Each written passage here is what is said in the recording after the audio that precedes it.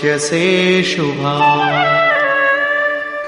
कर्म क्या है और अकर्म क्या है, इस विषय में बुद्धिमान पुरुष भी मोहित हैं।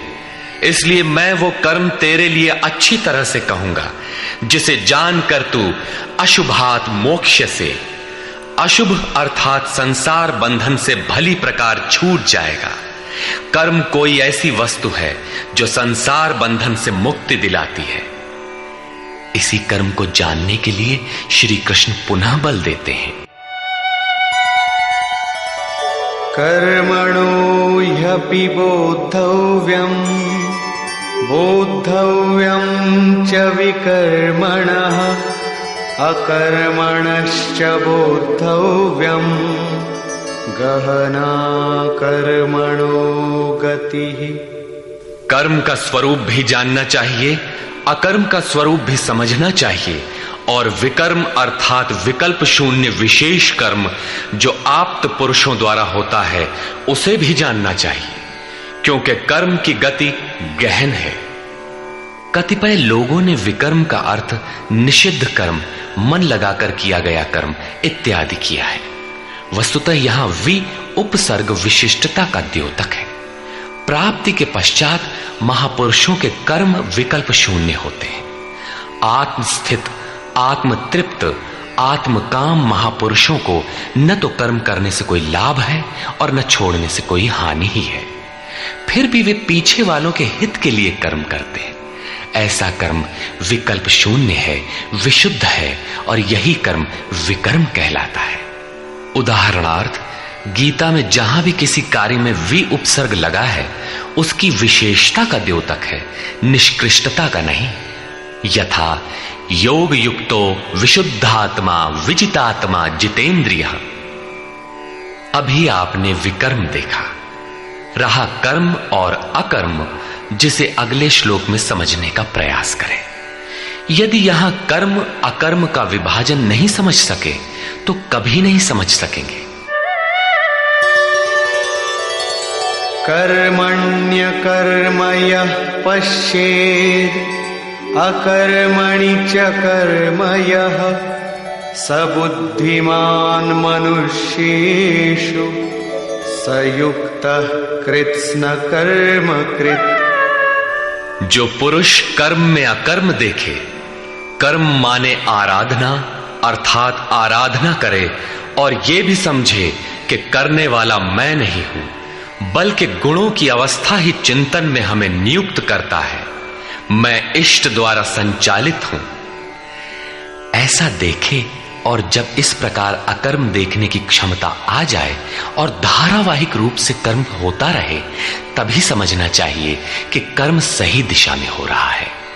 वही पुरुष मनुष्यों में बुद्धिमान है, मनुष्यों में योगी है, योग से युक्त बुद्धि वाला है और संपूर्ण कर्मों का करने वाला है। उसके द्वारा कर्म करने में लेश मात्र भी त्रुटि नहीं रह जाती। कर्म का अर्थ है भजन, कर्म का अर्थ है योग साधना को भली प्रकार संपादित करना, जिसका विशद वर्णन इसी अध्याय में आगे आ रहा है। यहां कर्म और अकर्म का केवल विभाजन किया गया, जिससे कर्म करते समय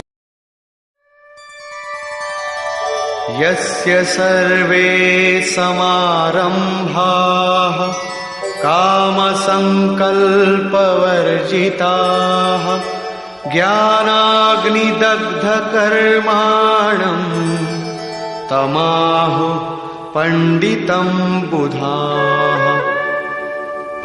अर्जुन, यस्य सर्वे समारंभा, जिस पुरुष के द्वारा संपूर्णता से आरंभ की हुई क्रिया काम संकल्प वर्जिता, क्रमशः उत्थान होते होते इतनी सूक्ष्म हो गई कि वासना और मन के संकल्प विकल्प से ऊपर उठ गई। कामना और संकल्पों का निरोध होना मन की विजेतावस्था है।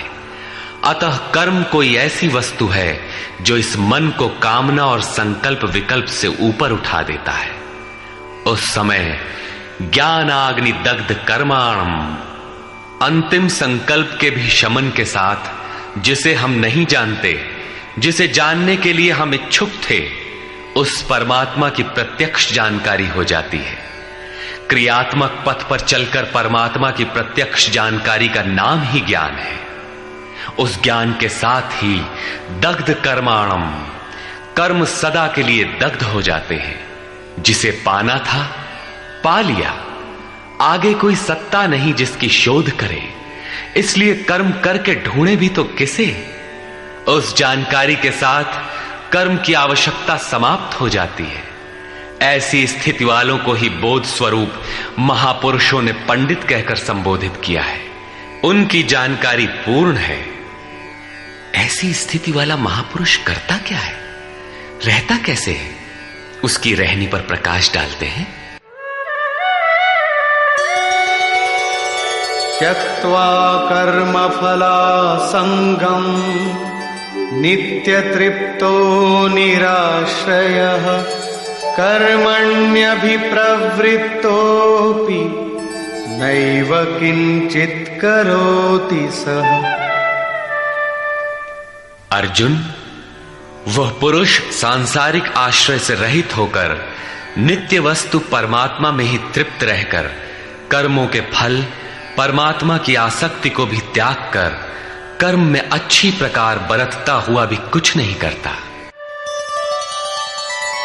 निराशीर्यत चित्तात्मा त्यक्त सर्व परिग्रहः शारीरं केवलं कर्म कुर्वन्नाप्नोति किल्बिषम्।